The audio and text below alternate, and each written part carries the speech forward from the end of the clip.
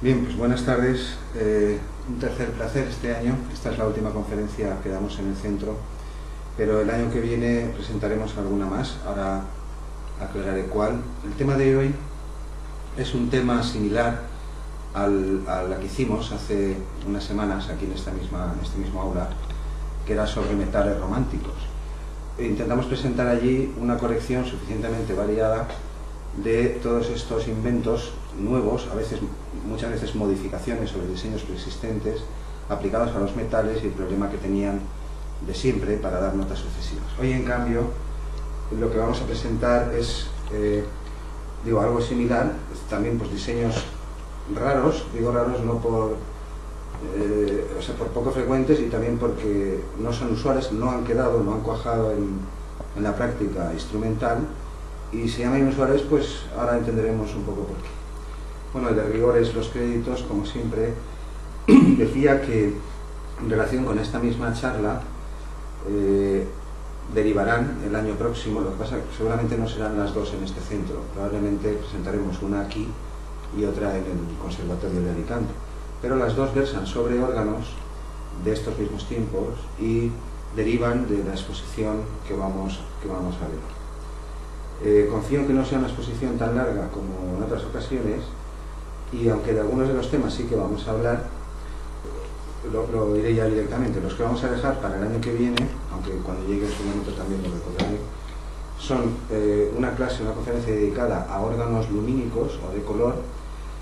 Hoy veremos los del siglo XVIII, 2 o 3 inventos, y también algunos de los del siglo XIX, pero claro, la sucesión de inventos o de nuevos diseños, nuevas máquinas, se prolonga durante el siglo XX, de modo que aunque hoy veremos una sección suficiente dedicada solo a órganos de color que proyectaban luces y cosas así, pues el año que viene le dedicaremos una conferencia también. Además, cuando lleguemos al armonium, que es uno de los diseños que veremos hoy, pues lo veremos escuetamente, hablaré un poco de él, pero no enseñaremos toda la variedad de modelos que tuvo, porque tuvo muchísimos. El armonium o armonio, pues es un teclado más, pero incorporó por primera vez lo que se llaman lengüetas libres de metal, y esto le dio un timbre característico que después detallaré por encima. Mientras que el año que viene sí que veremos toda la amplia colección y variantes que tuvo el mismo armonio. Es decir, hoy el armonio formará parte, será uno más de los bastantes que veremos. Veremos entre 25 y 30 diseños inusuales, ciertamente no estamos habituados a ver estas cosas. Los de los órganos de color 1, los tipos de armonium, otra, también por razones psíquicas, ahora después lo aclararé. Y por último, una tercera que ya veré si la presentamos allí o aquí, dedicada a este mismo tema, a teclados inusuales, o teclados microtonales o teclados electrónicos. Es decir, en el siglo XX ya aprendimos, ya lo sabíamos, los físicos descomponían los átomos, sabían cómo descomponerlos, aunque no tenían los medios, sabían lo que había dentro de los átomos en 1900, los pintores hacían lo mismo, descomponían la luz y esas cosas, los colores, y los músicos hacían lo mismo, con la tonalidad y después con la microtonalidad. Y en el siglo XX pues han surgido, también ha habido muchos inventos sorprendentes, mayormente basados en sintetizadores y en cosas electrónicas, pero a cada cual más raro, y también le dedicaremos una conferencia el año que viene. Aunque son temas relacionados con el tema de hoy nos limitaremos a estos 25 o 30 diseños. El armonium lo presentaremos, pero no lo detallaremos, todos los modelos que hay, y los órganos de color, pues mitad y mitad. Veremos hoy los que hacen al siglo XVIII y XIX, y el año que viene veremos una clase mucho más detallada de los que vamos a ver hoy, de colores, y también de los que faltan. Como presentación, está aquí el nuevo edificio que han construido en Hamburgo, el Philharmonie de Hamburgo, como metáfora de la clase de hoy, de la conferencia de hoy, perdón, pero también de uno de los temas mayores en los que llevamos insistiendo hace años, la cuestión de la polifonía, o dicho de otro modo, la concurrencia de los sonidos, de sonidos diferentes en un mismo momento. Es una metáfora porque tiene forma de órgano, aunque no es exactamente un órgano, pero la forma recuerda bastante la del órgano. Es una gran caja que contiene, por supuesto, tiene un gran órgano dentro. El órgano será llamado desde siempre el instrumento rey, supongo que se sabe por qué. Pues porque los órganos modernos, claro, imitan a todos los demás instrumentos. Es una especie de síntesis o recapitulación, o una especie de instrumento que contiene todos los demás. Por supuesto que tiene un órgano dentro y a su vez salas de conciertos dentro, varias, donde en esas salas puede haber un órgano o puede haber una orquesta o un grupo de cámara. Quiero decir que es una buena imagen de lo que significa el concurso de las voces. El concurso de las voces o la polifonía ya lo hemos contado en muchas otras clases, lo hemos expuesto, incluso hemos dedicado una tesis al tema. Pues la musicología convencional o el common sense no admite o dice, afirma sin decirlo, que hasta el siglo IX y cuando los humanos nunca cantamos a la vez. No explican claramente por qué, parece que alude a una especie de razón cognitiva, pero nadie dice cuál, ni se refiere a ella. Y en otras partes ya hemos mostrado lo absurdo de esta afirmación. Los humanos, claro que pueden cantar a la vez, no ahora, hace ya decenas, quizá cientos de miles de años. Hablar a la vez, pues qué voy a decir, no paramos, estamos todo el día hablando y nos montamos unos sobre otros.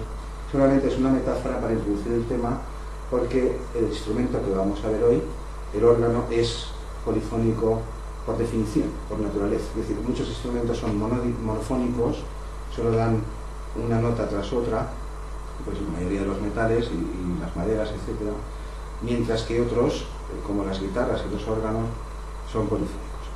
El órgano es polifónico por naturaleza, y en un momento también la introducción se prolongará un poquito más porque hay precedentes del instrumento muy antiguos, y es de ley que le dediquemos nuestra atención. Bien, pues sirva como presentación un edificio impresionante, de lo mejor que hay. Ahí tienen, estos son salas también, no parecen de concierto, es más bien de ensayo, pero claro, por supuesto el local, como los grandes auditorios, no tiene un solo auditorio, dentro tiene varios, y en cada uno de ellos pues puede haber un órgano y además coros y además instrumentos que pueden ser polifónicos. También como introducción, como ejemplo, este es un caso sencillo, quizá el más simple. Es un instrumento actual, fabricado pues en Mozambique y en muchos países africanos pobres, evidentemente. Se llama mira, y los hacen pues con restos industriales. Son mangos de cuchillos, en este caso son cuchillos, en otros son cucharas, con lo que encuentran a veces radios de bicicletas, todo tipo de desechos metálicos. Pues uno se los trabaja, los afila, los lima, claro, ciertamente laminados deben tener una cierta forma o estructura, y tú los vas limando y recortando hasta que cuando son hechos vibrar dan el tono que quieres, y así pasas a otro. Son una especie de mini órganos o algo así, caseros, y se tocan con los dedos. Es decir, por supuesto que hacen dos melodías, incluso una tercera, con la combinación de una y la otra, lo mismo que hacen los violines a veces con eso, que uno hace arpegios y se salta una tercera línea. Bueno, un instrumento polifónico casero. Antes había otros, pero desde los tiempos industriales, quiero decir, se las ingeniaban de otra manera. Es un procedimiento sencillo, y están también, pues, no como metáfora. Este es un caso real de órgano, quizá el más simple. Y ya para ir entrando en materia, porque hemos de caer en el siglo XVIII-XIX,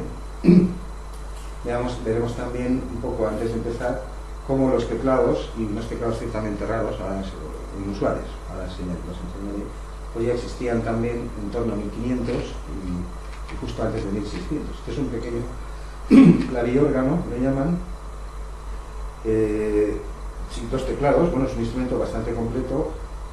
No digo que sea fácil de transportar por el peso, digo, pero claro, comparado con un órgano de mayores dimensiones o con los famosos positivos, pues por supuesto sí. Órganos, pues hubo ahora veremos, como no solo en 1500, durante la Edad Media también, aunque no han quedado fuentes iconográficas, pero sí literarias.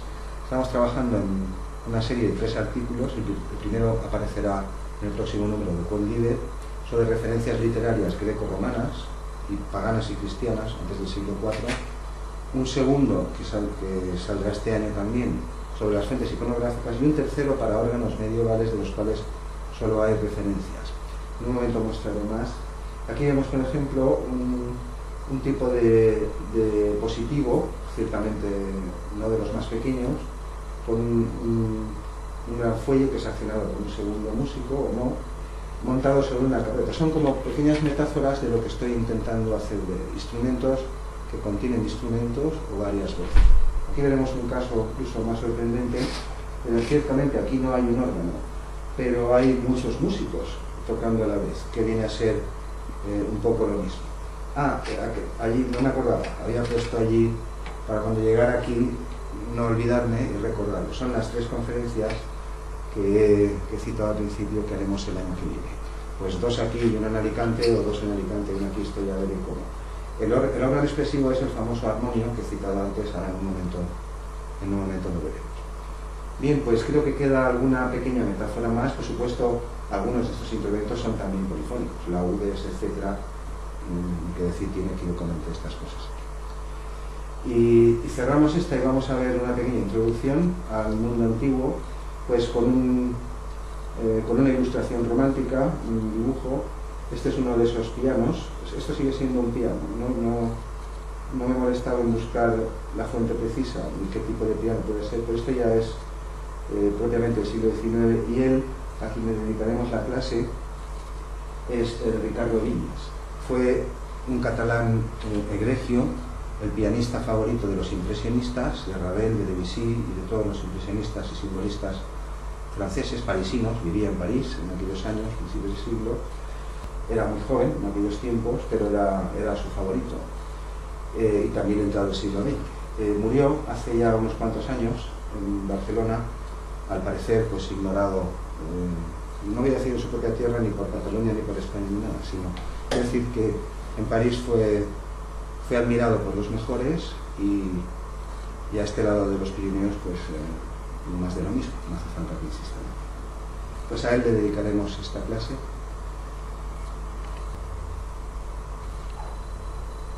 Y veamos una pequeña introducción, que no son diseños de estos románticos ni tan raros como los pensaré en un momento, pero es necesaria y nos servirá también como introducción a las futuras conferencias. En primer lugar, dice órganos de agua, esto hay que entenderlo. Ahora se entenderá por qué. Sí, son esos órganos que hay en alguna costa con el mar, etc. Pero antes de ello, debo presentar al hidráulis. El hidráulis, aunque también los subneumáticos, fue un órgano, una máquina inventada en el siglo II, III antes de Cristo, en Alejandría. Esto es Alejandría en aquellos tiempos, él es Ptolomeo I Soter.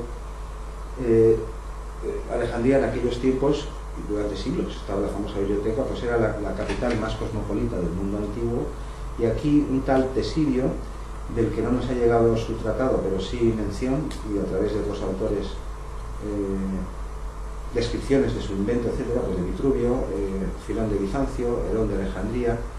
Aquí, digo, en el 200 y pico, casi 300, en torno a esas fechas, se dio un instrumento que era literalmente como un órgano, compuesto de tubos, se llamaba hidráulis, ahora lo mostraré mejor, por el sistema de inyección del aire que salía por los tubos. Es decir, esta máquina contenía agua. Esto que vemos aquí no son órganos, son algo parecido. Los dos de arriba sí son tubos que suenan y son accionados mecánicamente por un sistema parecido, por émbolos. Contiene agua, el agua es empujada, quiero decir, el aire dentro de unos pistones empuja agua en ciertas cisternas, el agua a su vez empuja otro aire que hay por encima de ella, y al final los tubos, dispositivos así, con pajaritos imitando en fuentes, los hubo en tiempos de Roma, adornando jardines de los poderosos, en Alejandría y en muchos entornos. Estos son diseños creo que son de Herón de Alejandría, y sí conservamos un tratado. En un momento enseñaré un poco más. Y bueno, sobre estos temas del hidráulis ya grabamos aquí hace un par de años 3 clases, los mismos 3 artículos que he citado, uno que va a aparecer ya, pues un número, otro antes de final de año, el de los medievales, tienen sus clases correspondientes grabadas en este centro y están en YouTube. No hay más que teclear órganos grecorromanos, 1, 2, 3, que ahí se puede. Avanzaré un poquito más. Aquí vemos sí una descripción del hidráulis grecorromano. Esto es lo que decía el funcionamiento. Esta es una de las más completas que hemos recuperado. Bueno, son estatuillas chiquillas. Esta concretamente es una lámpara de aceite. Creo que es por aquí donde le ponían la mecha. No sé por aquí por lo que no me acuerdo. Esta es de Cartago. Es de los no hay muchos, hay 30 y tantos creo, no llegará, bueno, si contamos mosaicos y todo eso, pues quizá llega a la 50, pero un instrumento que duró pues 7 u 8 siglos. Decía, pues aquí dentro, debajo de los tubos, hay una caja con mecanismos y tubos y teclas, pues literalmente casi como un instrumento moderno. Y aquí dentro hay un sistema similar a este, es decir, hay agua, hay una campana con aberturas en la base y a los laterales hay émbolos. Nadie se extrañe de la tecnología romana de bombeo, en alcantarillados también. Búsquese bomba de Tesidio, por ejemplo, en YouTube, en Google, en cualquier lado, y se puede poner al día rápidamente. Estaba disponible en torno a los tiempos de Cristo, incluso antes. Es decir, pistones, literalmente, estoy diciendo pistones. Bueno, aquí a los lados había unos émbolos que aquí no se representan y unas palancas. Entonces el émbolo empujaba aire, ese aire empujaba este agua que hay aquí, es decir, la forzaba, claro, esta presión, sellado, estanco, empujaba aire, ese aire empujaba el agua y el agua a su vez, al meterse por estas aberturas, subía, claro, y hacía que el aire que había dentro de la campana interior, esto está separado, aquí hay agua, y aquí dentro también hay agua, porque aquí hay aberturas. Pero cuando yo este agua la obligo a bajar por la fuerza del aire, la empujo, la de dentro de la campana sube y el aire que hay encima de ella sale a presión por los tubos, que yo los tengo regulados, claro, los tengo sellados y cada tecla abre uno hacia otro. Literalmente, es un aspecto tal cual de, pues quizá de un portativo relativamente moderno. Aquí vemos el sistema que decía, perdón, no me había dado cuenta en esta ilustración. La bomba tenía dos, funcionaban de modo alterno, una que también no tuvo nada, pero no voy a extender aquí, ya he remitido a las clases y a las publicaciones. Había dos normalmente y este es el mecanismo. Es un mosaico, no tiene más. Presentarlos, recordarlos y aclarar que la antigüedad de este instrumento no es un invento ni de los medievales ni de nadie, sino que viene ya desde el siglo, que se tenga noticia, desde el siglo II, III antes de Cristo.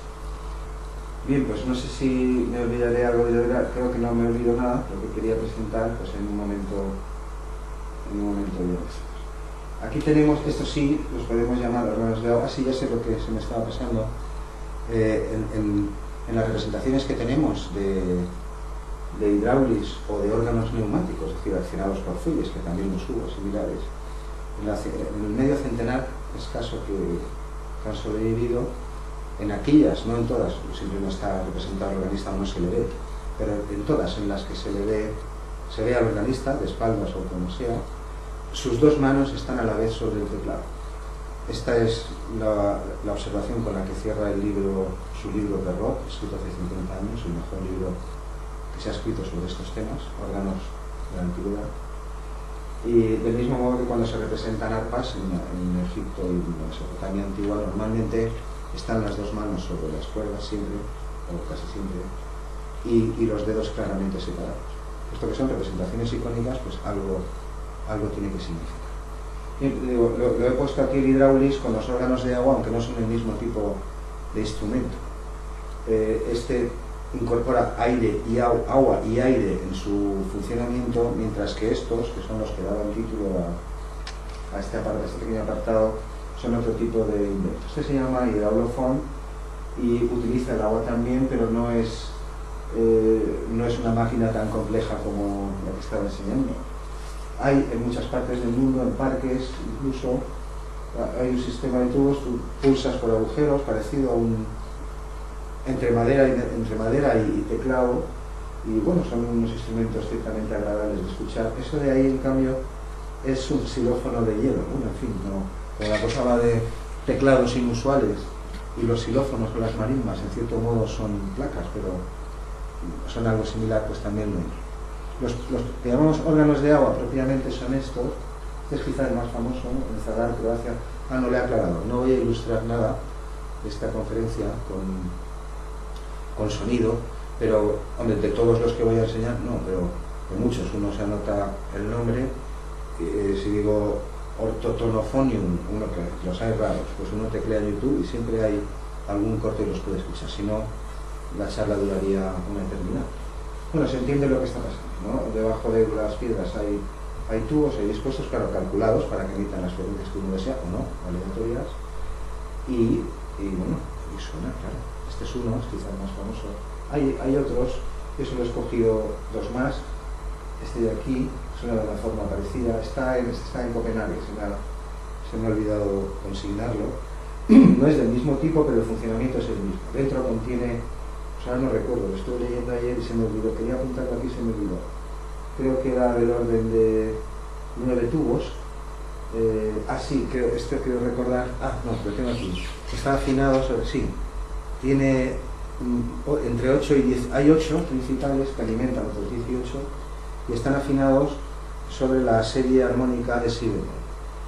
Lo llaman, el significado Blackpool High Tide es marea alta, es decir, cuando la marea sube, claro, es cuando inunda en los niveles más bajos del puerto, inunda sus tubos, y lo que sale por arriba no es agua, como en el caso del hidráulico, lo que sale al final es aire, pero quien impulsa ese aire pues es agua, en este caso el mar.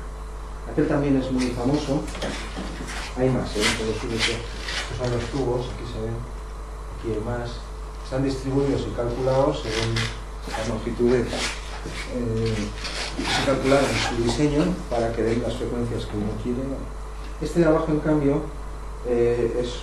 no es de agua, pero no deja de ser curioso y diferente y también inusual, en cierto modo es un órgano. En estos dispositivos, es decir, ¿no? Pues sí, nosotros no podemos actuar y modificar las teclas, pero eso no quita para la multiplicidad de sonidos. Me encantaría escucharlo, no lo busqué en YouTube, lo tendré que buscar, porque tiene que ser una cosa sorprendente. Me llaman el árbol Singing Ringing Tree, el árbol de anillos cantante o algo así, o panóptico. Bien, pues eran unas pequeñas curiosidades a modo de entremés. Antes de empezar con los románticos, y ya que hemos dado cuenta, al menos por encima de modo muy general, de los antiguos, griegos y romanos, vamos a ver también unos pocos, sin detalles, no voy a entrar en detalles de ninguno, porque no puede ser, ni el tiempo lo permite ni es el objeto.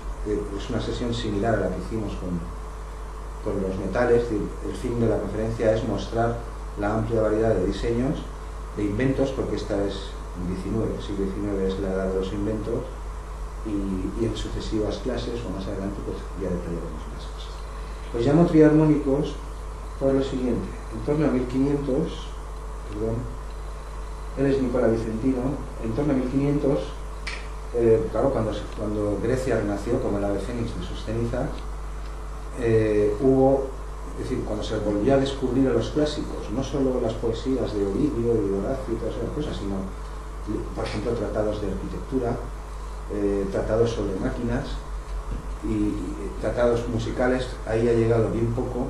Es decir, cuando Europa se enfrentó de nuevo con su propia historia, 1000 años silenciada o apagada, pues se encontraron con el famoso tema de los géneros griegos, aquello de que si dividían, nosotros tenemos tonos y semitonos en nuestro sistema tonal, somos diatónicos, tonos más o menos iguales y notas más o menos iguales. Pero sabemos que en la Grecia clásica, que iban por tetracordos de 4 en 4, aunque los unían, pues había como 3 géneros.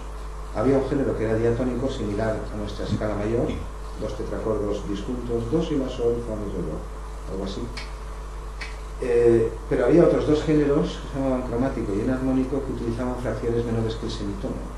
También utilizaban bitonos, que no es exactamente 2 tonos nuestros, bueno, intervalos extraños a la música occidental desde Ubaldo, como la conocemos, y claro, esto no se podía interpretar. Es decir, ellos, por eso se llamaron renacimiento, ese nombre se lo pusieron ellos mismos, porque estaban dando vida otra vez a la ciencia y al saber clásico, y claro, tuvieron que volver a calcular sus escalas, sus diseños. Hubo, por ejemplo, un famoso debate, 1553 creo que fue, en la plaza de San Pedro, de Nicola Vicentino y Vicente Lusitano, sobre estos temas que estoy citando aquí, si eran diatónicos, si eran cromáticos, si se podía tocar con ciertos instrumentos esos otros géneros no diatónicos o si no. Lo aclararé, un buen guitarrista o un buen violinista sobre una cuerda, aunque tenga trastes, yo soy un buen músico, yo puedo hacer fracciones de tono, como hacen los árabes y los hindús, tercios, cuartos, y lo que el oído musical que tengo me dice. Pero el instrumento es donde la afinación está predeterminada, es decir, aquí las cuerdas tienen la longitud que tengan y tú no puedes saltar, pues esto no. El debate versaba sobre eso, y este es el clave que construyó Nicola Vicentino. Voy a enseñar 7 o 8, solamente los teclados, pues para poder tocar esta música. Es decir, las teclas del clave de Nicola Vicentino, y también de los que voy a mostrar en un momento, pues no tenían solo tonos y semitonos, es decir, teclas blancas y teclas negras, sino que las teclas, lo que serían estas teclas negras, como se ve aquí, estaban divididas también en dos. Es decir, yo tenía la posibilidad de tocar do o do y pico y do sostenido o algo así, para entenderlo. Estos se llaman claves triarmónicos. No fue el único, Nicola Vicentino, el que lo construyó. También hay, en algunas de las clases de estética de estos últimos años, aquí también hemos grabado, y en el canal hay también, si se teclea Vicentino y la Farga, uno se entera de algunas cosas más. Yo no voy a entrar aquí en más detalles, solo los voy a mostrar. Esto es Florencia, el Nicola Vicentino, este es su teclado. Si no tecleas, pues claves triarmónicos se pueden entrar. Y aquí vemos otras divisiones de otros teóricos, renacentistas y otros compositores o luthiers para las mismas cosas. Como se ve, siempre las teclas negras normalmente, es decir, todos no tienen la misma distribución. Este es el problema de los temperamentos y tampoco vamos a entrar. O especies de intervalos. Pues diferentes tipos de tercera, diferentes tipos de cuarta, ya hemos hablado de ello, no quiero insistir más. Aquí, por ejemplo, vemos este está escrito por Praetorius, este también, aunque es diferente. Aquí tenemos de Faber, 1631.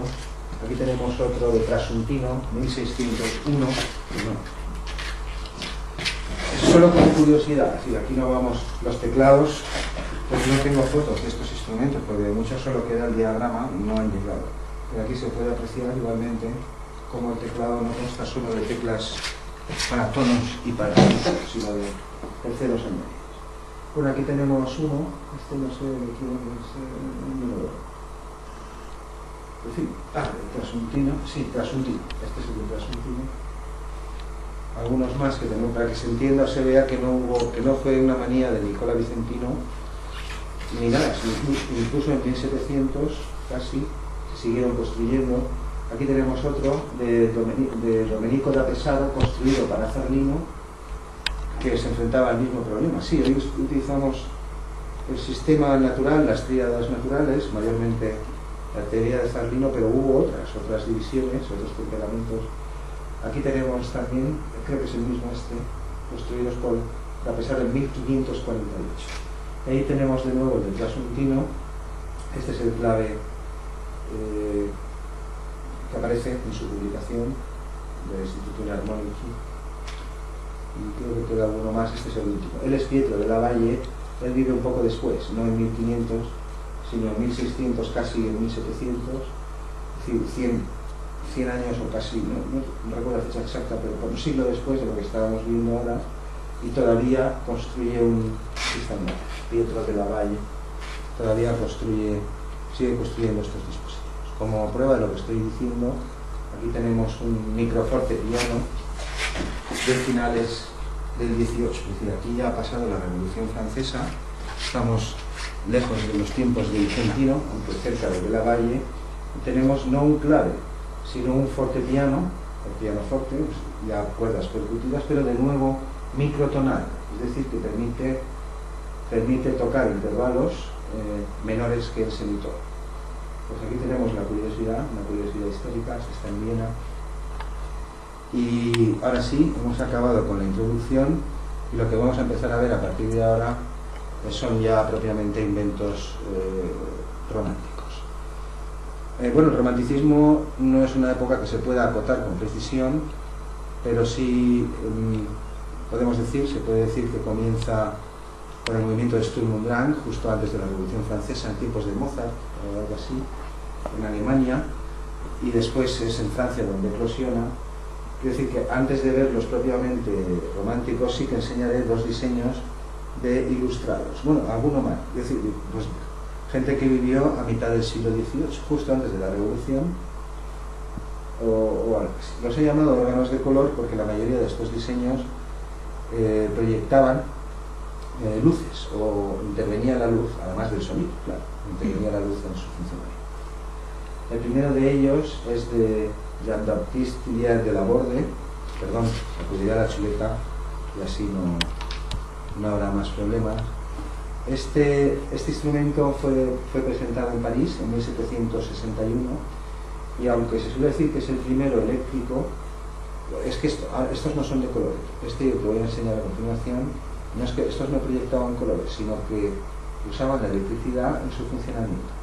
La electricidad era un tema muy de moda en la ilustración porque se había descubierto recientemente, en 1600 y pico, casi 1700, aquello famoso de la electricidad animal, aquello de las disecciones de rana y los reflejos, es decir, se había descubierto, demostrado que los organismos vivos acumulaban energía, electricidad, pero la naturaleza de este fluido energético todavía no se conocía bien, hasta casi el siglo XIX, pues no, se hablaba de mesmerismo, fuerzas psíquicas, todo este mundo lo trataremos cuando hablemos del armonio el año que viene, porque ahí sí que tiene que ver.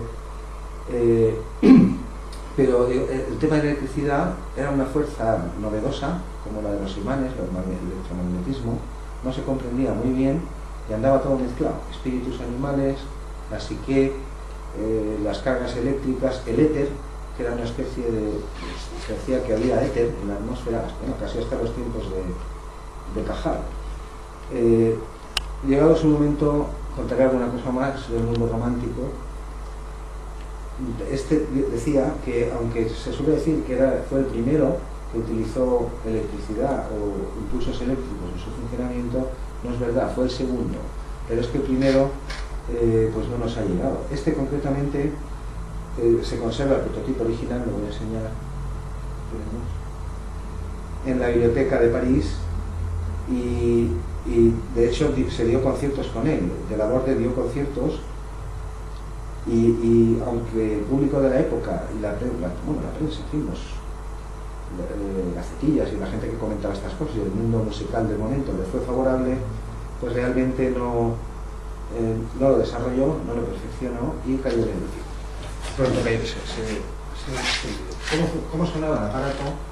Pues funciona lo siguiente. Este de aquí son parejas de campanas, aunque no se ve muy bien, van aparejadas. Una está conectada al suelo y la otra es excitada. Cuando yo pulso la tecla es excitada eléctricamente, la otra hay un badajo, es decir, se llama badajo, ¿no? El de rico que golpea.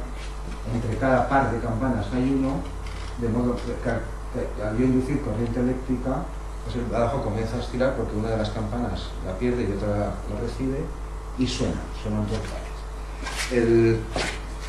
El aparatejo tenía una especie de globo generador que cargaba las barras de hierro. Hay también unas barras de hierro que no se aprecian y dice, de Laborde, comenta en sus escritos un efecto muy curioso, y es que dice que cuando se tocaba en un cuarto a oscuras el instrumento, claro, las cuerdas producían destellos y esto era una sensación muy agradable para el público. En cambio, claro, no podemos enseñar el primero porque el diseño se perdió. Este fue el segundo de la historia que utilizó impulsos eléctricos, pero antes hubo uno que se llamó Denis Dor, de este señor polaco que a la derecha está arriba su nombre, pues bastante complejo. De este tenemos descripción, tenemos algunas descripciones pero muy escasas y realmente lo que ha llegado no permite clarificar si era realmente un electrófono, es decir, que generaba el sonido mediante impulsos eléctricos o no. Lo que se pretende decir es que es posible que su constructor antes del concierto cargase, porque en este tiempo ya existían lo que se llama lámparas de botellas de Leyden, una especie de acumuladores simples de electricidad. Este tenía concretamente, el Denis Dor, tenía 14 registros, la mayoría eran dobles, tenía mecanismos complejos, una caja de madera simétrica, teclado, tenía un pedal, 1,5 metros de largo, 1,20 m de alto. Era básicamente un cordófono, similar a un clavecín, pues algo parecido también a este. pero las cuerdas, en este caso, en el caso de Denis d'Or, eran percutidas y no pulsadas, como en los claves. Bueno, pues tú me dirás, tensar 790 cuerdas, pues ya es un trabajo. Podía imitar bastantes instrumentos, incluyendo cordófonos, también instrumentos de tiempo, porque el diseño parece ser que permitía combinar los registros y que no estaba limitado siempre a un solo timbre. Algo, una especie de precursor del órgano moderno. Realmente de este instrumento solo se construyó un prototipo y después de la muerte de su inventor pues desapareció. Parece ser que fue vendido, él murió en 1765 y después de morir su instrumento se vendió, se sabe que se vendió, se llevó, se cree, a Viena y allí se le pierde la pista. También se describe un efecto curioso con esto lo que hemos puesto aquí es otro invento suyo, que es la máquina meteorológica. Bueno, en 1700 estas cosas estaban muy a la orden del día. Benjamin Franklin, si lo recordarán, los pararrayos, decía que no quedaba claro si se trataba de un electrófono o no, pero se describe también unos efectos muy parecidos, como graciosos o algo así, es decir, un efecto eléctrico.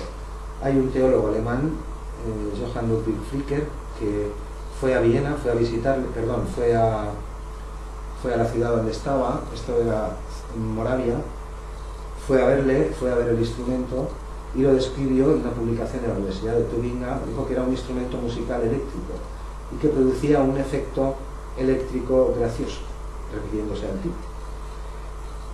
Bien, pues solo era presentarlos, no tiene más. Estos no son de colores, pero el siguiente ya sí, pero tenía que introducirlos porque pertenecen al siglo anterior.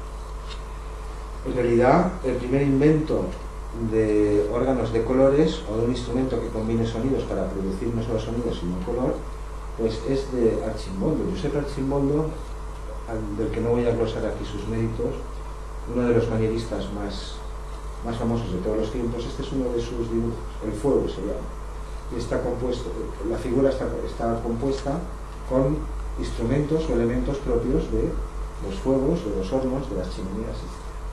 Pues ya se cita a finales del siglo XVI, Gregorio Coganini dice que Arcimboldo había ideado un invento, aunque no se aclara cuál, que permitía eso, basándose en los contrastes y no en los matices de sombras sino directamente en oscuros y claros, producir música y traducirla a un cierto código de color. Ahora diré algo más sobre estos temas, porque por ahí se dice, ya ha habido intentos, que existe una correspondencia, como vemos 7 colores en el arco iris, mayormente 7 bandas, y también percibimos los humanos mayormente 7 grados tonales dentro de una octava, pues se suele decir que hay una correspondencia de colores y sonidos, pero esto nosotros sabemos no es real, no es verdad, y ahora por el camino lo iremos explorando. En cualquier caso, en la charla del año que viene, donde sí trataremos el tema del color y estos órganos con bastante detalle, pues ahí abundaremos de nuevo sobre el tema. Bien, pues él es el primero. Él es Scriabin, ahora se entenderá por qué. Él también es Scriabin, Alexander, y aquel es su teclado coloreado. Scriabin es famoso también por ser sinestésico, que fue otra cosa muy romántica y que también hemos hablado aquí en años previos. Pero tiene un poema sinfónico, una sinfonía, se llama la sinfonía sinestésica, se la suele llamar, que es Prometeo, el poema del fuego, en donde exigió o compuso, incorporó al elemento sonoro y orquestal también juegos de luces. Ahora veremos algo más.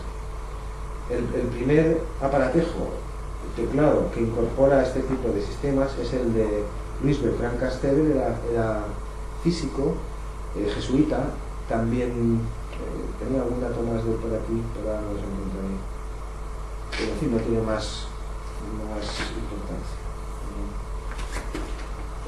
Louis Bertrand Castel, su sistema, realmente había una especie de láminas de color, de cristal, tapadas, de forma que cuando tú apretabas cierta tecla, se descorría una partecilla, se levantaba y la luz que pasaba por ese cristal que no le agua,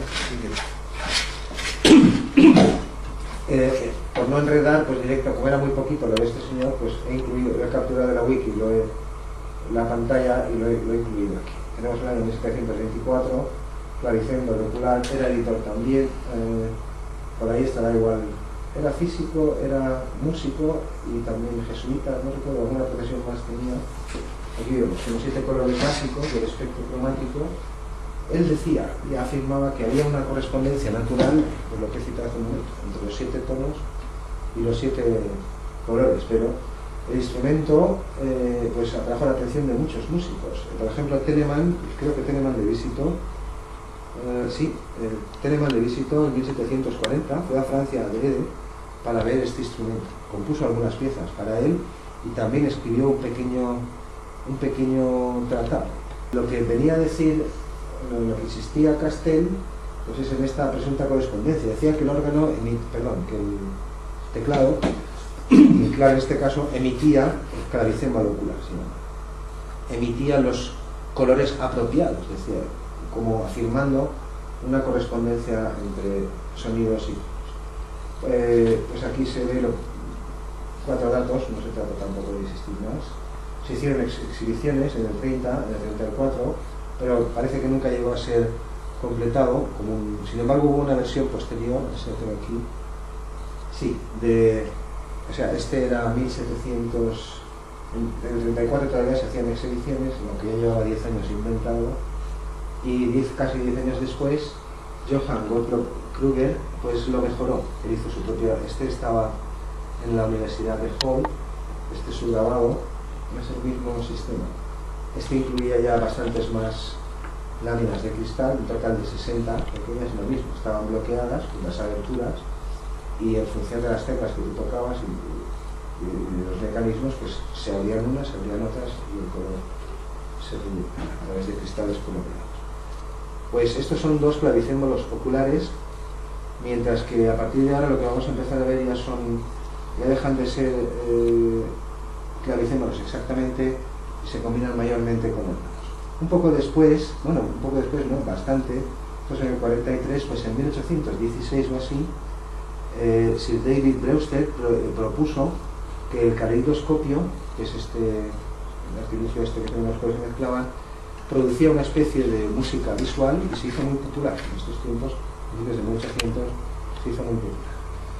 Digo, aquí ya hemos avanzado, este es de final del 19, pero este es anterior, que es a donde íbamos al divisor primero, y ya estamos empezando a tratar no con claves, sino con otro tipo de diseños, de hacer directamente órganos. Aquella es el aparejamiento de colores y sonidos de Newton, el que había propuesto Newton también en estos tiempos, 1700 y pico. Él, en cambio, es Remington, pero antes de Remington debería comentar porque va antes en el tiempo. El diseño de Bishop es de 1877, fue un inventor americano, obtuvo la patente sobre el primer diseño que combinaba estas dos cosas. Y la ventaja la principal novedad y ventaja fue que diseñó una especie de mecanismos que se acoplaban a los tubos de estos órganos, o sea que los podías poner y quitar. Construyó 3 de estos aparatos y los 3 se perdieron en incendios. Esto fue una mala pata. Incluso uno que estaba en casa de Peter Barnum. Peter Barnum era un personaje, como alguno que enseñaré en algún momento, como Marcel y otros, que era político, filántropo, rico, coleccionaba aparatos extraños y OACs, OACs son como cosas así, fenómenos falsos, digamos, como ovnis y este tipo de... había muchos espectáculos de este tipo y en Estados Unidos también. Después, a continuación, el siguiente en el tiempo es el de Remington, aquí vemos en 1893. De este es el que se dice erróneamente que intervino en el estreno del Poema del Fuego de Prometeo, en esta sinfonía sinestésica de Schiavi. No es verdad, no fue el órgano de Remington, fue un invento similar o parecido de un ingeniero de luces norteamericano que trabajaba en Nueva York y se llamaba Cromola, pero ese no lo tengo, no lo puedo enseñar. Y se suele leer que en el estreno de Prometeo se utilizó este aparato, pero no es verdad, era otro similar y yo quería aclarar. En el caso a ver, no recuerdo exactamente, no. En el caso del estreno de Prometeo, concretamente lo que pedía Scriabin eran 12 luces de color, operadas por 15 teclas, las 3 primeras teclas estaban repetidas, pero realmente tampoco buscó una correspondencia natural como la podía buscar Newton o Castell u otros, sino que simplemente siguió según sus emociones Scriabin vivo. Lo que sí compuso fue una partitura especial para esta obra, para que se combinasen los colores según sus deseos, pero atendiendo a sus propias impresiones estéticas.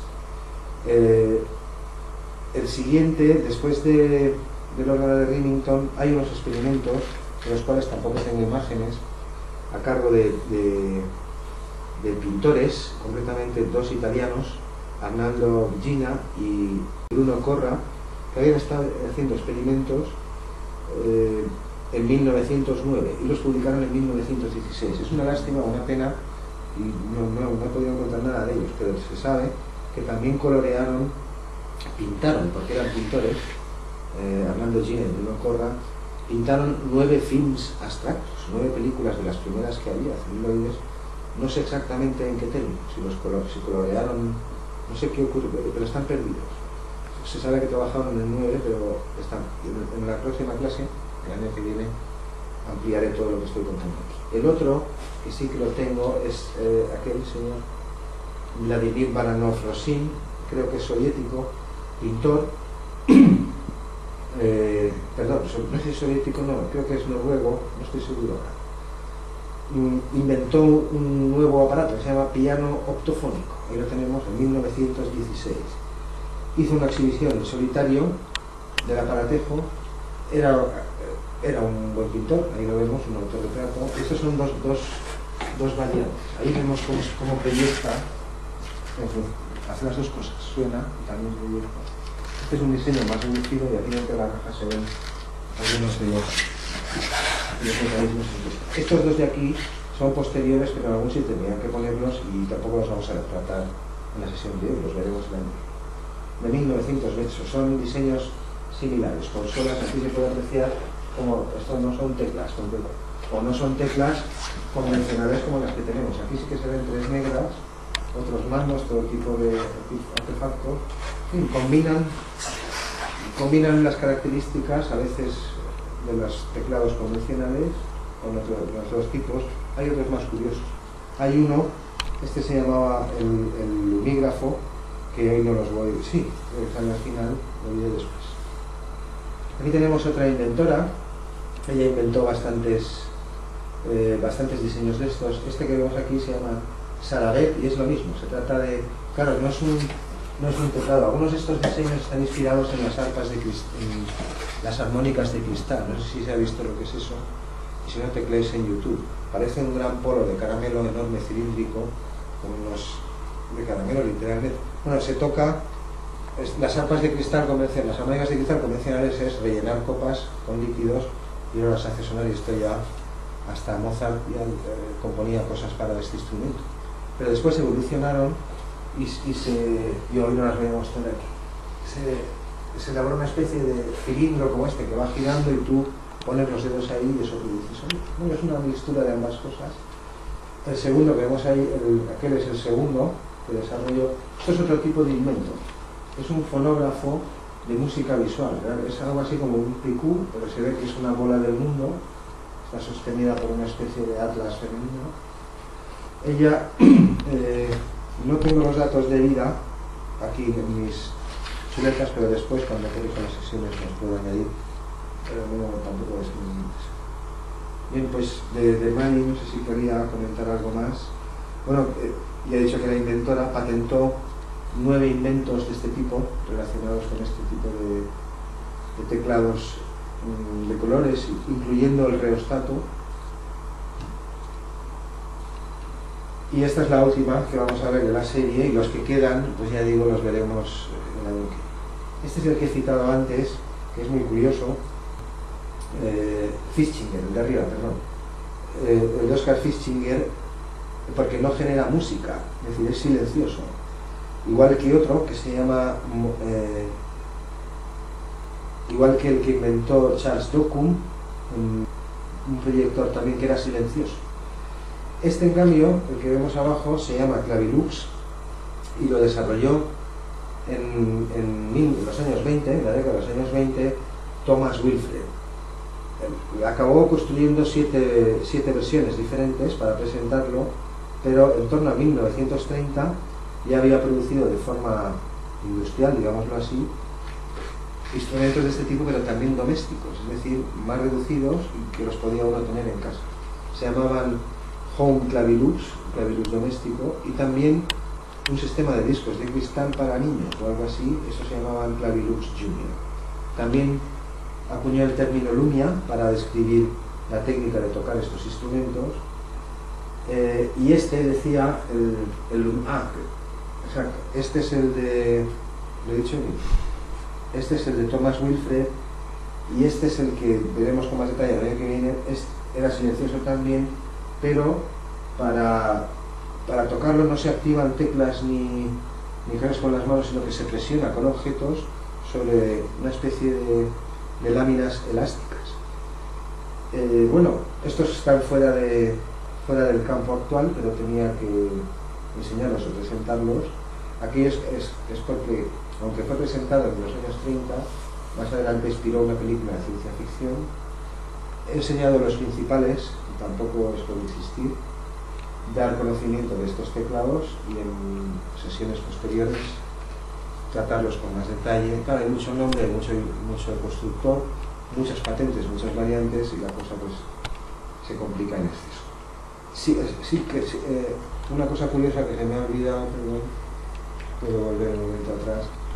Concretamente en el Clavilux de Wilfrid es la primera vez que estos instrumentos se diseñaron no para proyectar colores, no sé cómo decir, planos o algo así, es decir, no campos de color sin más, se abre la pantallita y sale el verde aquí, siempre sale ahí, y el rojo siempre sale allá, etc. Sino más bien imaginería coloreada. Fue la primera vez, hasta ese momento, esto era mucho más estático, mientras que él lo diseñó ya adrede para que se produjesen diferentes combinaciones de colores. Lo mismo que otro que no he citado porque no lo tengo, este es de Artur Vinajeras, por los mismos años, 1920. Artur Vinajeras se llamaba Chromo Piano, y este estaba diseñado para proyectar acordes de luces, de colores, es decir, los tonos cromáticos visuales en diferentes combinaciones de un modo similar a los acordes físicos. Bien, pues con esto es suficiente con la exposición. Vamos a parados un poco más raros, bastante más. Pero antes, bueno, este quizás sea el de los más sorprendentes. Ya lo introducimos en la última clase, en la de los metales, por Johann Nepomuk Marzi, que es aquel señor.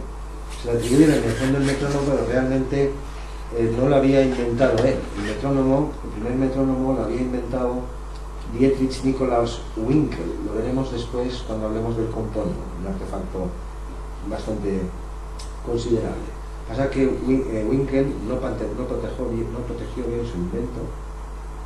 Se dio cuenta en 1814, estaba experimentando con péndulos, porque muchos de estos románticos y postilustrados pues eran físicos, eran músicos a la vez, que los péndulos se podían estabilizar, y ideó el primer cronómetro musical, pero no lo protegió, y 2 años después Marcel, que era aquel amigo de Beethoven, ahora hablaremos de él un poco, pues patentó el invento, lo mejoró, realmente lo mejoró, y sobre todo le añadió una escala graduada, es decir, podías decir con precisión 60, 70, 80, esto fue lo que cautivó a Beethoven, que acabó alabando al nuevo aparatejo y también al inventor, porque tuvo sus más y sus menos con él. En realidad, lo que pasó, la historia, el diseño se llama Panarmonicon, y lo que pasó fue lo siguiente. Quizá debería haberlo enseñado antes, pero en 1813 convenció a Beethoven, al que conocía, de que compusiese una obra adrede para un nuevo instrumento que había inventado, que era un autómata, una máquina, un teclado, pero que cuando tú apretabas las teclas no se pulsaban o percutían cuerdas, sino que se hacían sonar instrumentos enteros que había detrás por allí colgados y situados. En un momento lo veremos, ciertamente un ingenio sorprendente.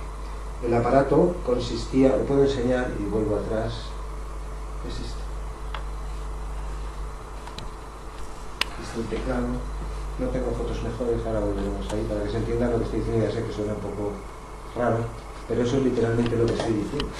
Es decir, había construido un artefacto enorme compuesto de instrumentos musicales que había construido él mismo, que también era luthier, un total de 42, pues los propios de lo que llamaban orquestas militares. Es básicamente una banda de vientos, pero tiene también chelos y algunos otros instrumentos.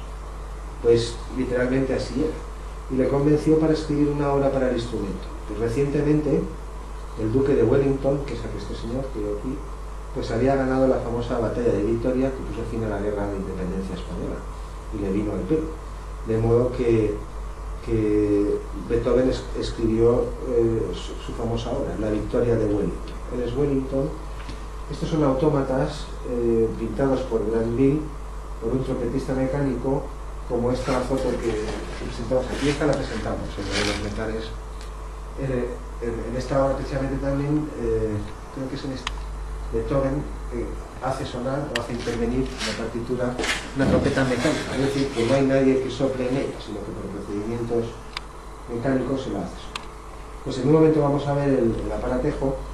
Digo, la obra se estrenó por fin, la obra que compuso el 8 de diciembre de 1813, parece ser, junto con la séptima sinfonía de Beethoven. Antes de que veamos el panarmónico, no lo voy a enseñar, pero uno se puede mover por ahí. Marcel, pues era un gran inventor, era muy ingenioso, aunque también se dijo, tenía fama de que era hábil en aprovecharse de las ideas de otros, mejorarlas y ahí obtener un beneficio. Bueno, al final Beethoven acabó publicando un escrito en el que una especie de denuncia pública donde decía que daba por rota su relación, porque dieron varios conciertos juntos, representaban de forma alterna sinfonías de Beethoven y la obra esta de La Victoria de Wellington con el aparatejo de Marcel. Pero Beethoven acabó diciendo que hacía conciertos por su cuenta, que no utilizaba prescripciones adecuadas, que pretendía arrogarse la propiedad intelectual de algunas de estas piezas y que, rompieron relaciones, aunque después, ahora aclararé, las volvieron a retomar. Este es otro de los artefactos. El Marcel pues era, como los que he dicho antes, hizo giras por Europa, también se fue a Estados Unidos y se tiró por allí muchos años. Ahora detallaré con que este es el famoso turco. Era un fraude, era una especie de máquina con una estatua, con un muñeco articulado que era un turco, que le había diseñado un tal Wolfgang von Kempelen. Y von Kempelen había muerto en el 14, por el mismo, las fechas que estábamos diciendo, creo que en Viena o cerca de Viena, y Marcel, el amigo de Beethoven, pues tuvo la ocasión de comprarlo y lo compró. Digo que era un fraude porque realmente, claro, en aquellos tiempos pues poca gente sabía jugar al ajedrez. La máquina fue llevada también a Estados Unidos y el Marcel, cuando la exhibía por ahí, sí que pedía al público algún voluntario, ¿no? Nadie se atrevía, no es que nadie se atrevía, sino que el ajedrez no estaba casi nada extendido. Pero realmente dentro no voy a decir un enano, pero había una ilusión óptica. Él abría, parecía que enseñaba los mecanismos, pero con los trucos de magia. Había una doble pared y en el interior se metía su ayudante, probablemente su ayudante que le acompañaba, que cabía ahí. El hombre pues aguantaba con un sistema, tenía un tablero dentro y podía seguir. Era un fraude. Aquí tenemos, por ejemplo, está, no recuerdo, o también la conflagración de Moscú. En un determinado momento Marcel emplea varios años en construir autómatas. La conflagración de Moscú es 1812, cuando Napoleón asedia la ciudad y la incendia, y es una especie de recreación pues con mini cañones y auténticos autómatas en miniatura, soldados articulados, fuegos, cañones, un espectáculo que en aquella época pues captaba mucho la atención. Marcel dedicó unos años a construir aparatejos de estos y después hizo las maletas y se llevó al turco, se llevó el panarmónico entero, se llevó toda esta colección tengo por aquí detallado, se llevó al turco un trompetista, trompetista automático, el panarmónico, bailarines parecidos a polichinelas articulados, pájaros cantores en miniatura con sus nidos, muñecos parlantes y la conflagración de Moscú, que tuvo muchísimo éxito. Esto es una máquina parlante. no parlante como la voz sintética que hacemos ahora. Pero ya él, Malzel y otro más consiguieron sintetizar, por decirlo de algún modo, no por procedimientos electrónicos, imitar 5, 6, incluso hasta 7 vocales de las lenguas humanas y bueno, reconstruyó se llama la máquina parlante de Malzel. Recogió todos estos trastos. Él es el hijo de Torres Quevedo, un inventor romántico famoso en español, que construyó el transbordador del Niágara. También le hemos dedicado algún corto en años pasados en este sitio. Cogió los bártulos y se tiró por Estados Unidos de gira arriba y abajo por todos los estados con un éxito sorprendente. Concretamente sus diseños y sus máquinas pues se copiaron y ocuparon los museos de las principales ciudades norteamericanas, especialmente la Confederación de Moscú, una especie de recreación de una batalla con artefactos mecánicos. Avanzaré un poquillo, veamos ya el panarmónicon. Bueno, este es una representación pictórica, ahí se ven como trompas, timbales que cuelgan, tubos de órgano. Es una ilustración, creo que es suya, pero realmente el aparatejo pues es esto. Ya puede sorprender y lo que se quiera, pero esto es lo que hay. Aquí vemos triángulos, platos, todo esto está colgado del techo con cuerdas, un timbal, un bombo, hay macillos y baquetas, de modo que cuando yo toco las teclas, claro, es un ingenio articulado que aquí hay que calentarse la cabeza bastante. ¿Para qué? Sobre todo para que funcione. En realidad era una especie de autómata también, es decir, una especie de hecho es el primer orquestón. Ahora veremos lo que son orquestones, una especie de, los podemos llamar órganos automáticos a veces, porque tienen la apariencia de órganos, y a veces no. El aparato es mayor, ¿sí? Eso lo vemos ahí. También tenía clarinetes, ya lo he dicho. Todos los instrumentos 42 de una banda militar que los hacía sonar de forma sincrónica. Para este instrumento compuso Beethoven, usarlo la Victoria de Ulm.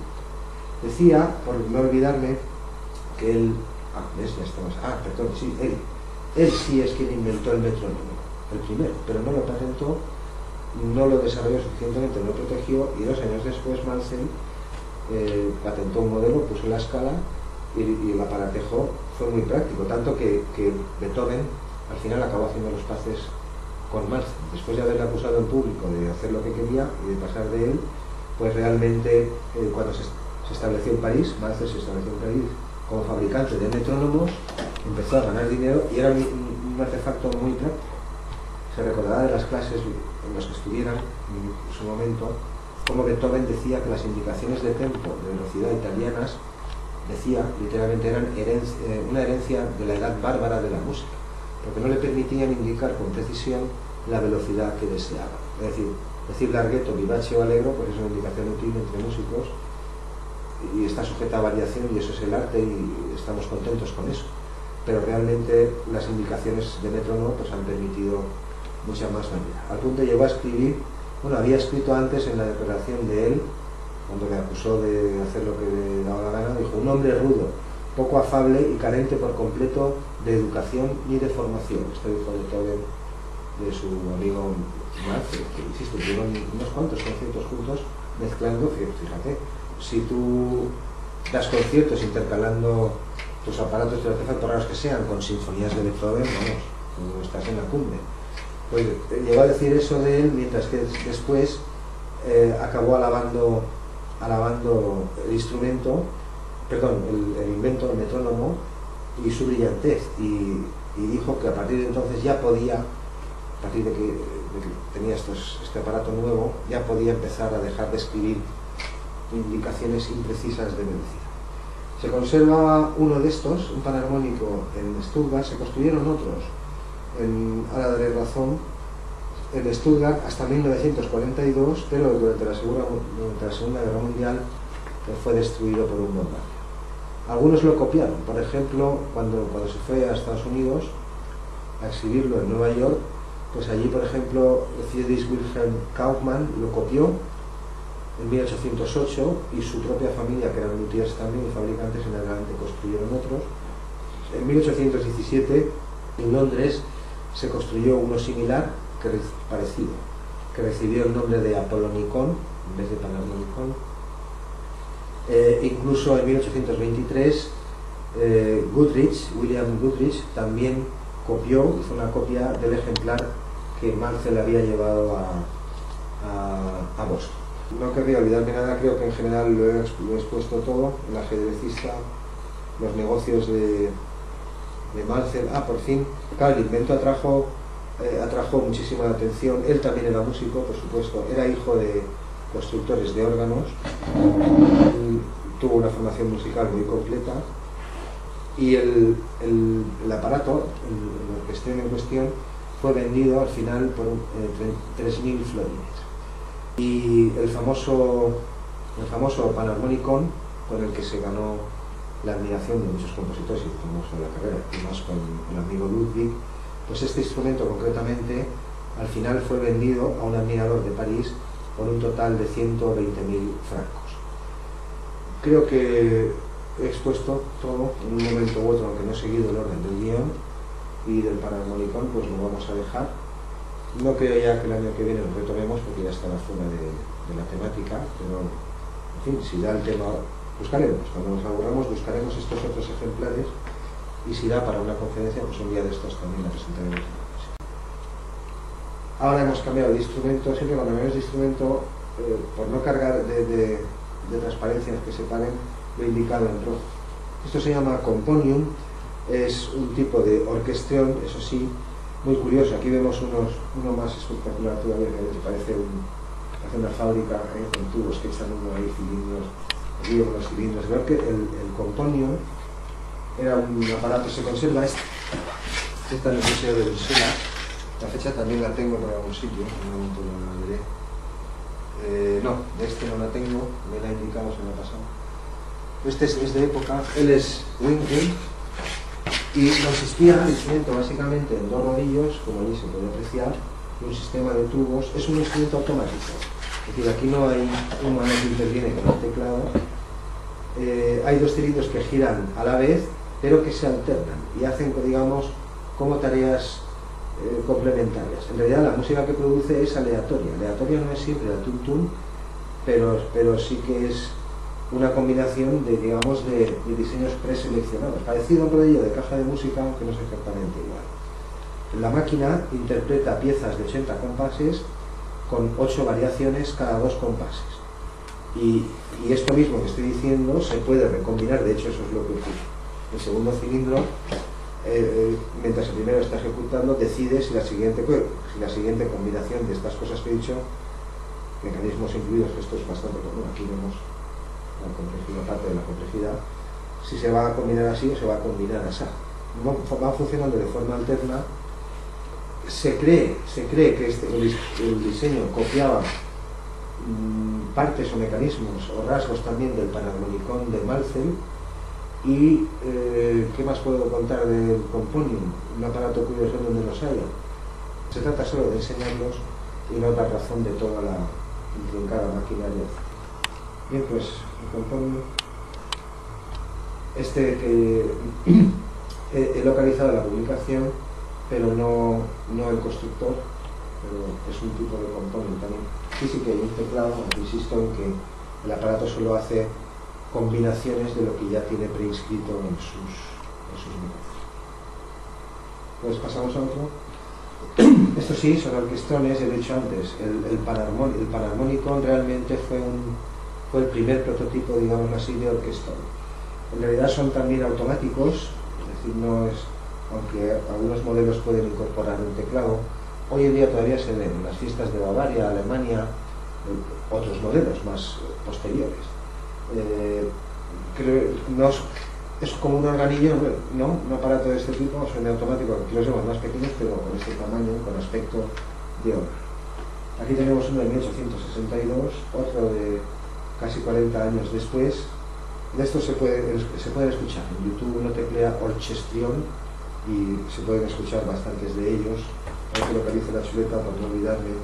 También han recibido el nombre de Orchestrion otros 3 diseños concretos. Uno, al que se llama órgano de cámara, es de un tal Vogler, construido en 1790. Este tenía más de 900 tubos, 3 teclados de 65 teclas cada uno y 39 pedales.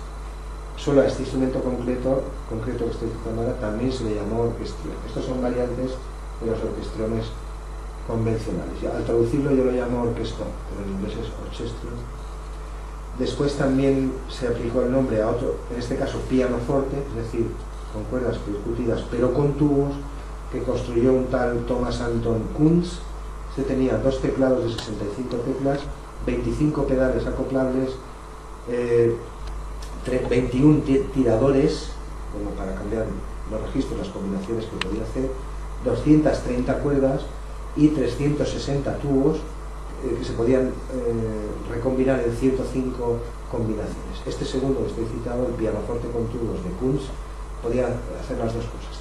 Era manual, tenía un teclado que podías activarlo, interpretar con él, y también era automático.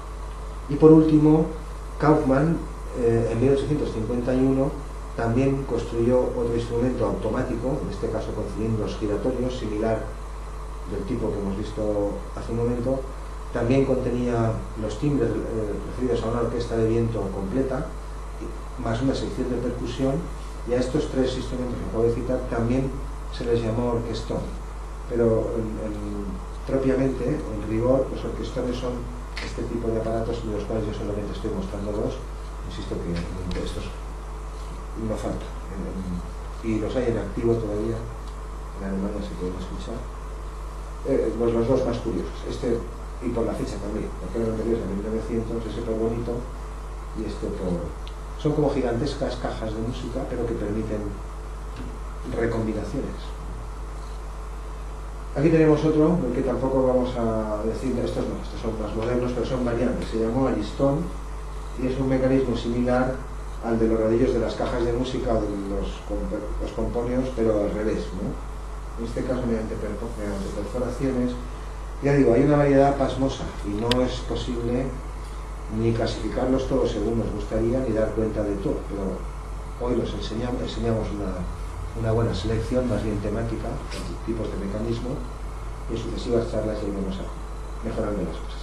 Estos me han gustado mucho porque aquel aparatejos con una cajilla de música está leyendo. Esto es una especie de hélice continua, pero que debajo hay un cilindro también con notitas, y tú pasas esta partitura, esto ya es más moderno.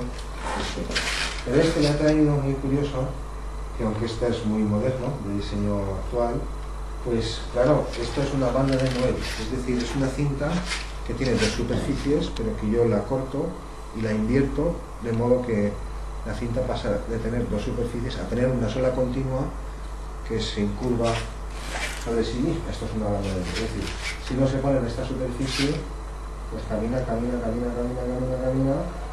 y no en la primera vuelta, pero sí en la segunda, con algunos fenómenos cuánticos que hasta que no dan 2 vueltas no se cumplen, vuelves a pasar por él.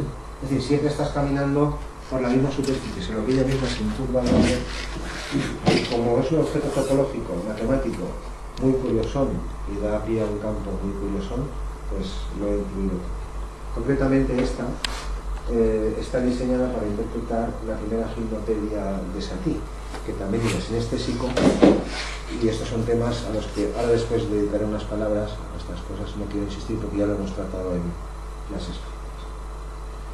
Aquí vemos los Harmonium, que digo que este año no vamos a, solamente los voy a presentar, y el año que viene sí que les dedicaremos una clase solo a ellos, porque hubo tal variedad, una variedad pasmosa.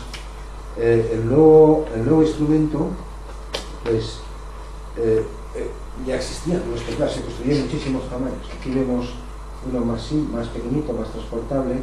Sobre todo se hicieron diseños más pequeños, fácilmente transportables para misioneros, evangelistas, soldados, gente que viajaba o en el mismo oeste, tenían que ir a lugares donde no era fácil acceder ni por carretera ni nada, y en especial también en los trópicos. De hecho el instrumento, aunque ya ha decaído y ya no se usa actualmente, olvidemos los de arriba ahora diré algo, hablando de armoniums, pues son muy parecidos a pianos, pero la característica que incorporaron fue por primera vez lengüetas de metal que vibran libres, es decir, free reeds.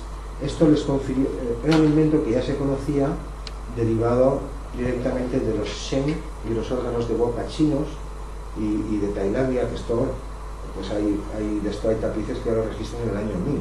Son unos tubos, que también los hemos presentado en el canal, también hay información. De hecho, estos tubos ya los describía Marín Mersenne y otros racionalistas en 1600, se conocían, pero hasta este momento no se incorporaron a estos teclados.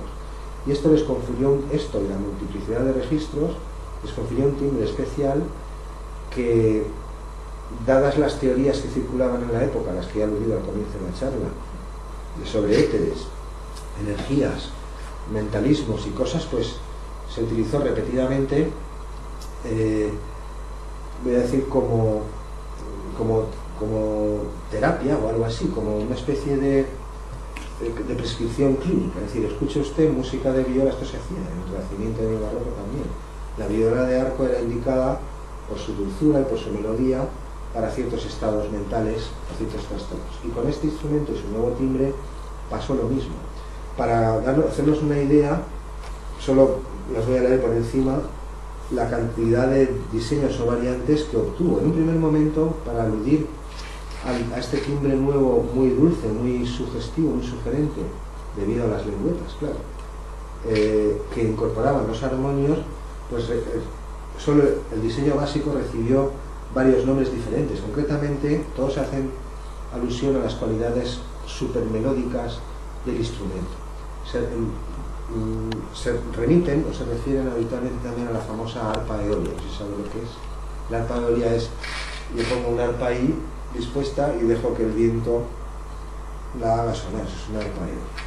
Bueno, por ejemplo, el diseño básico, digo, el prototipo primero, recibió varios nombres, todos refiriéndose a lo mismo: aelofón, aelodicón, aeloarmónica, melodium, melodión y aelomusicón, todos con la raíz aelo, que hace referencia a esa cualidad melódica. Esto en cuanto a los nombres, pero en los 50 o casi 100 años después, bueno, de este aparatejo, creo que entre 1850 más o menos y 1920 en Estados Unidos se vendieron varios cientos de miles de unidades, no todas así, unos mayores, pues había más caros, había otros más grandes que permitían acoplar también tubos de órgano encima. Había una variedad enorme y daremos cuenta de ella en el futuro, pero simplemente voy a leer una relación, no de todos, pero de algunos. Ahora ya sí que son tipos o variaciones o tamaños diferentes, incluso con mecanismos diferentes, porque claro, se puso tan de moda el aparatejo que muchos fabricantes se dedicaron a fabricarlo para venderlo, claro, y cada cual incorporaba sus mejoras, y dentro de esta válvula la mejoraba, el otro mejoraba no sé qué, el otro mejoraba no sé cuántos, y esa mejora la patentaba. Bueno, esto fue creciendo en complejidad, hasta que en torno a 1920 se inventó el famoso órgano Hammond, lo que llamamos ya un instrumento electrónico, y ahí los armonium pues comenzaron a perder su supremacía, pero fueron un instrumento súper extendido. Digo, los voy a leer solamente unos cuantos tipos de armonio, que los veremos en futuras conferencias: aerofón, glosofón, órgano aeolio, sinfonia, panarmonicón, que ya hemos visto, eolino, eolodicón, coroaulodión, fisiarmónico. Ahora veremos un fisarmónico. Este sí que se utilizaba para tratamientos. Se decía que operaban como por simpatía, es decir, aquí el efecto terapéutico, digámoslo así, no estaba en las notas, en que fuera do re mi o fuera do re fa, sino en las cualidades tímbricas del instrumento, que por simpatía, por resonancia, etcétera, pues producían ciertos efectos. Bueno, sigo.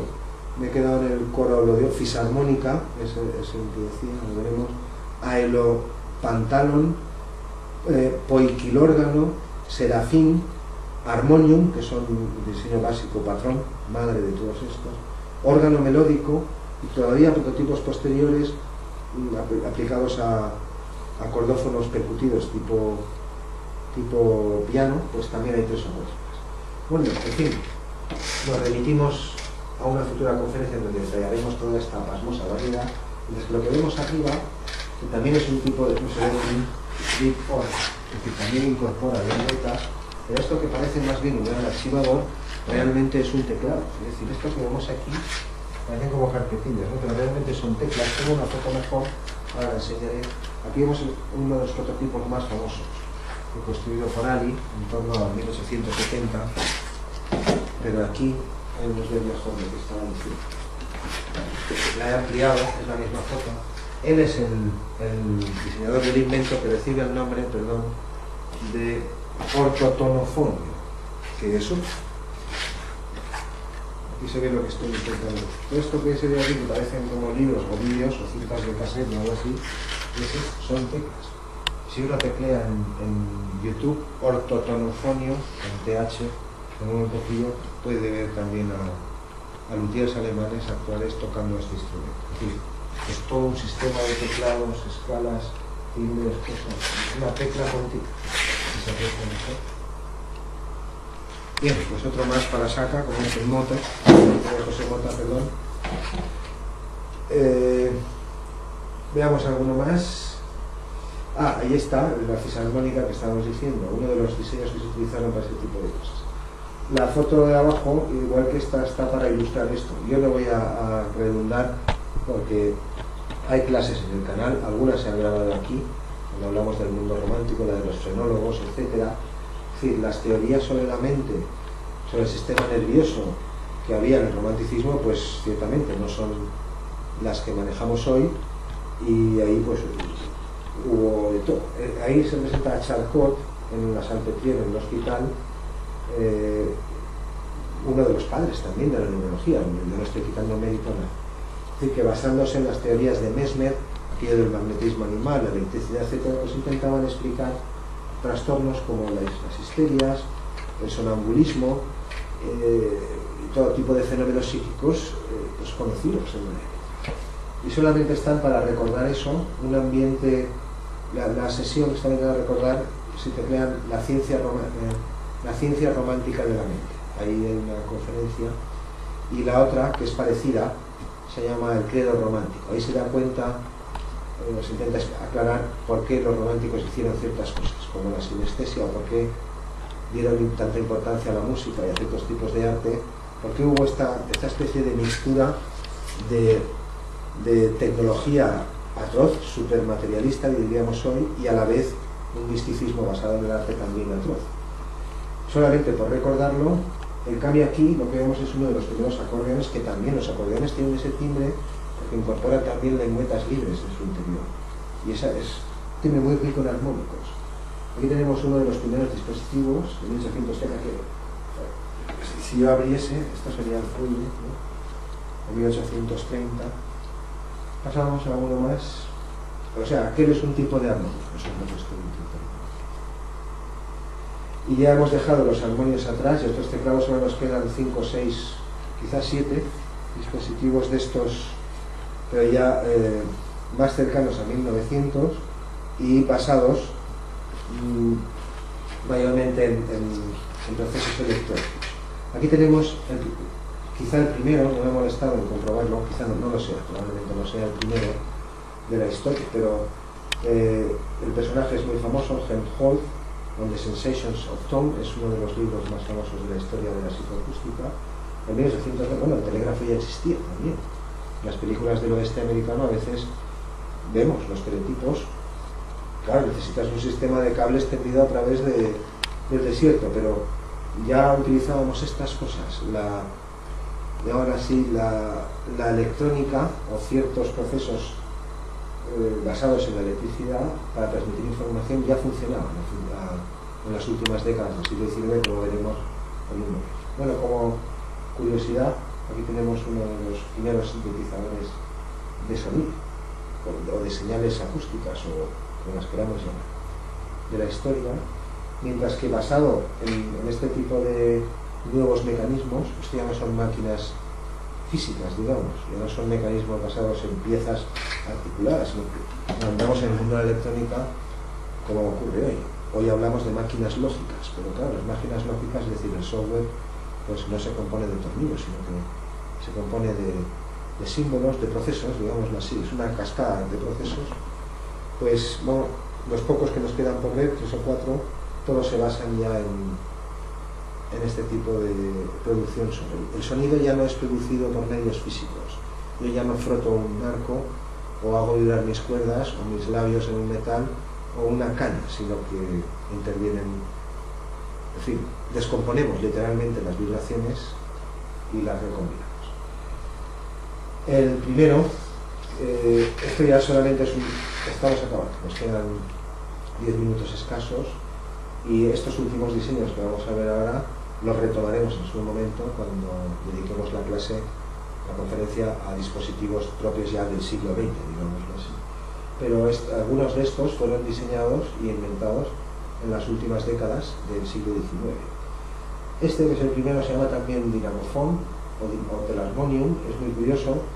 Se instaló, muy curioso, construyó 3 modelos, los tenemos allí, Mark I, Mark II, Mark III. Este creo que es el Mark I, en un momento veremos el Mark II, pero claro, el aparatejo, los primeros que construyó pesaban menos, pero cuando construyó uno en el Telarmonium Hall, que es una sala donde se ubicó el instrumento y donde se daban conciertos con él durante unos años, estaba justo enfrente del Metropolitan Opera House.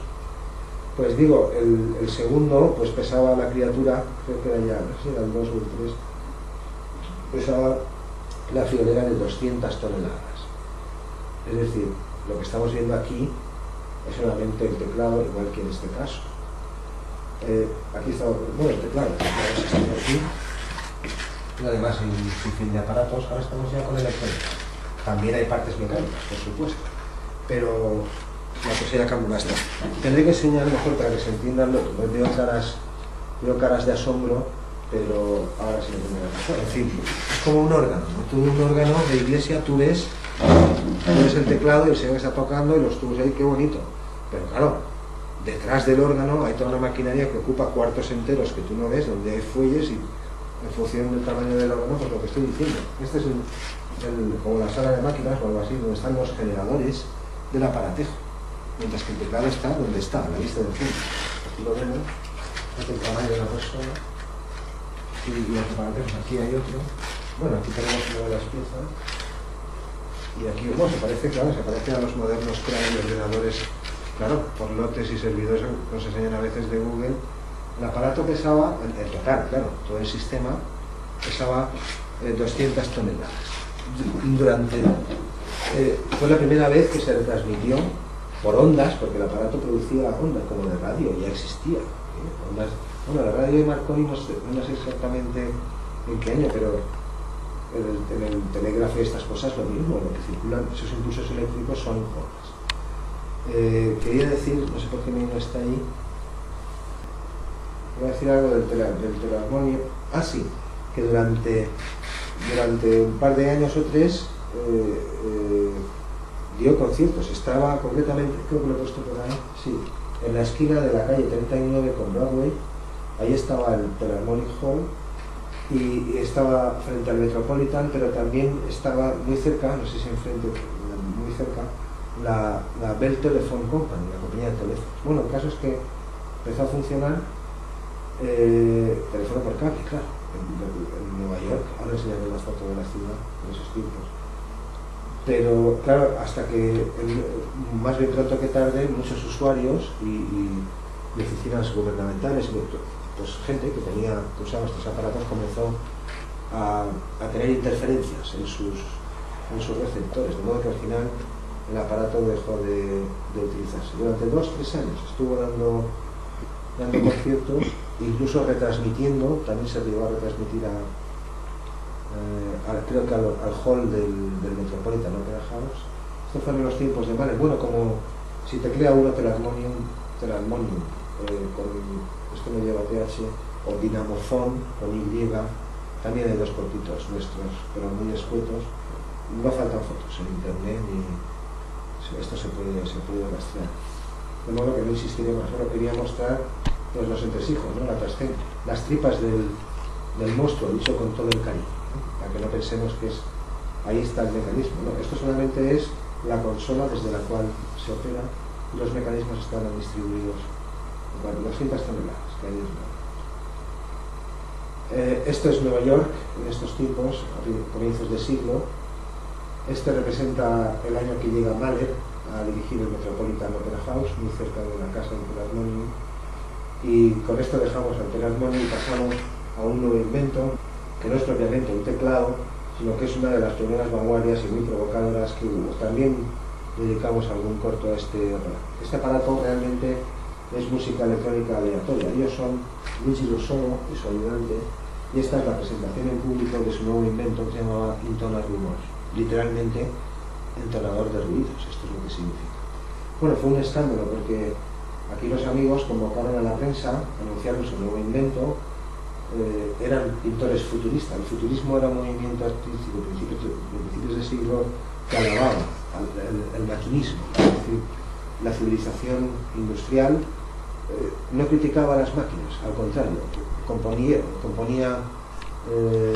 versos para las máquinas y intentaba integrar el maquinismo, que ya llevaba décadas vertebrando la sociedad europea, pues como parte de nuestro propio bagaje cultural. El caso es que, para dar el campanazo, que esto es lo que hacían las vanguardias, provocar, esto decía Dalí, decía, si no provocas, no te harán ni maldito caso. Tienes que molestar o halagar en exceso al público, sorprenderlo para que te preste la atención, pues convocar a la prensa, allí fueron críticos de arte, periodistas y de todo, y entraron a presentar su nuevo invento, el nuevo instrumento que habían inventado. Entraron allí, y lo que había allí era una colección de 19 altavoces, aquí se ven cajas con un altavoz, dentro contenían circuitos electrónicos de aquellos tiempos, transistores y cosas así, y cada una de las cajas, en el 19, bueno, las había bajos, las había sopranos, las había de todo, pues producía un zumbido informe, irregular y aleatorio, y esto fue todo, pues fue un motivo de sorpresa y de escándalo. Ahí tenemos una pintura del propio Russolo, que era pintor, como se lo he dicho, 1911. Esta presentación fue en 1913, la tenemos en Milán. Este es el cartel de la exposición, que fue presentada por Tommaso Filippo Marinetti. Él es Marinetti. Tommaso Filippo Marinetti es el autor del manifiesto futurista, un canto poético a las máquinas, a los motores de explosión, a los aviones, a los barcos, a la electrónica, bueno, ya lo hemos aclarado en estos años previos, ¿no? Esta fusión que se da en el romanticismo entre tecnología y arte místico o misticismo artístico. Pues uno de los personajes más influyentes, vamos, el primer exponente del futurismo, fue el que presentó la exposición o el estreno dice orquesta. He dicho 19, pues parece que eran 18 cajas de estas que producían sonidos electrónicos simples. Pues creo que hemos llegado al final, no estoy seguro si estos son diferentes, después lo construyeron de otra manera, en vez de presentar ahí las cajas con el altavoz y dar el cante, que ya lo vieron bien, pues lo integraron también con un teclado. Esto es él lo llamaron Rumor Harmonium. Este es un Rumor Harmonium. Aquí, aunque no se ve muy bien, es una versión posterior de 1928 y esta es otra de 1900. Él es Russolo con los 3 pasos, mientras que estos de aquí abajo no son directamente Rumor Harmoniums y son posteriores, son ya entre, pues, supongo que torna a 30 por ahí, pero son órganos sin tubos, electrónicos, son posteriores y los veremos en su momento en esa sesión a la que me refiero. Pero son parecidos, entroncan con la misma tradición, es decir, hemos pasado a la electrónica y he presentado los 2 o 3 más impactantes, más sorprendentes, pero ya se entiende que desde 1900 en adelante y hasta hoy pues ha aparecido un montón de diseños curiosísimos. Los enseñaremos, los buscaremos, los ordenaremos como siempre y los enseñaremos. Y ya para acabar, esto sí, aunque este no es un instrumento electrónico, pero es un órgano, remite a nuestro pasado más ancestral, porque se suele decir que la profesión más antigua del mundo pues es la que es. Pues yo no sé si es la más antigua, pero desde luego la más numerosa, pues hasta tiempos relativamente recientes, fue picar piedra, es decir, extraer piedra de las canteras, transportarla, tallarla y después esculpirla, o pues en el mundo clásico así fue. La piedra fue nuestra compañera durante un par de millones de años, piedras más simples, y después ya en tiempos más civilizados o más próximos Este comentario me hizo ver mi buen amigo Asensi. Vicente Asensi, yo se lo agradezco. Bueno, me hizo varios. Durante los años que estuve allí, a veces tenía estas salidas geniales. Yo le estaba contando algo de los teatros y me dijo, claro, el oficio más... Dije, pues sí, el oficio, en efecto, el oficio de la antigüedad más... Aquel oficio en el que más gente trabajaba era, en efecto, tallar piedra de las canteras y construir los edificios de la antigüedad. Él es Iván Larrea, y gracias a sus versiones y a su empeño durante muchos años que lleva con este diseño, creo que está en Murcia, aquel está en Novelda, pues es un organero, un luthier de órganos, que decidió construir sus diseños no con tubos convencionales, sino con piedra. Y con esto, igual que hemos empezado con los órganos de agua y piedra, porque eso es lo que eran, pues cerramos con órganos de piedra y aire, en este caso. Son órganos, pero esto es un diseño, pues si se lo puede escuchar en YouTube, no teclea en YouTube, tocando Bach, tocando cualquier cosa, es un instrumento fantástico, tiene un timbre muy bonito. No puede ser el mismo que el de los órganos convencionales, unos efectos sorprendentes. Y con esta sí, con esta cerramos, es una ilustración pues este debe ser de Grandville, se me ha olvidado, nuestro amigo romántico también, se me ha olvidado consignarlo ahí, como se ve, es un teclado, tiene una especie de celdilla donde hay gatos, y los gatos, esto también se aplica en los violines, no, que aquí nadie se va, aquí hay para todos. Se dice la cualidad del gato cuando uno está aprendiendo a estudiar violín como que maulla. Bueno, es una metáfora más, igual que hemos empezado la conferencia con otro tipo de metáforas sobre voces e intervalos, y con esta sí me despido. Él sí es Grandville, creo que esos gatos son de él, no he olvidado comprobarlo.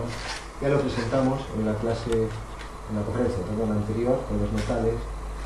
Un gran ilustrador, miles y miles de viñetas de todo tipo. Se hizo famoso porque ilustra escenas antropomórficas, digamos, escenas humanas, pero que los personajes son todo tipo de animales. Es muy gracioso, fue famosísimo en la Francia decimonónica, y aquí tenemos uno de sus dibujos, bueno, iba a decir una dama, pero no debo combinarse. No puedo decir, bueno, es una perra en este caso, tocando.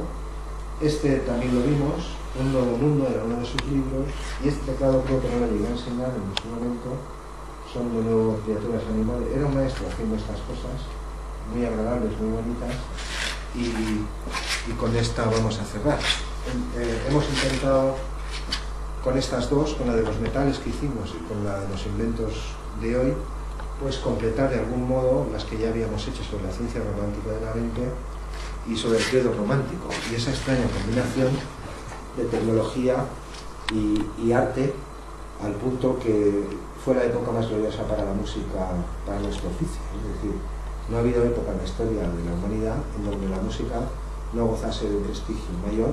Fue el arte más abstracto y por consiguiente fue considerada como la herramienta más capaz, más directamente capaz de entrar en lo que seguimos llamando la caja negra, que entiendo que es negra para que esté bien protegida, que es la mente humana.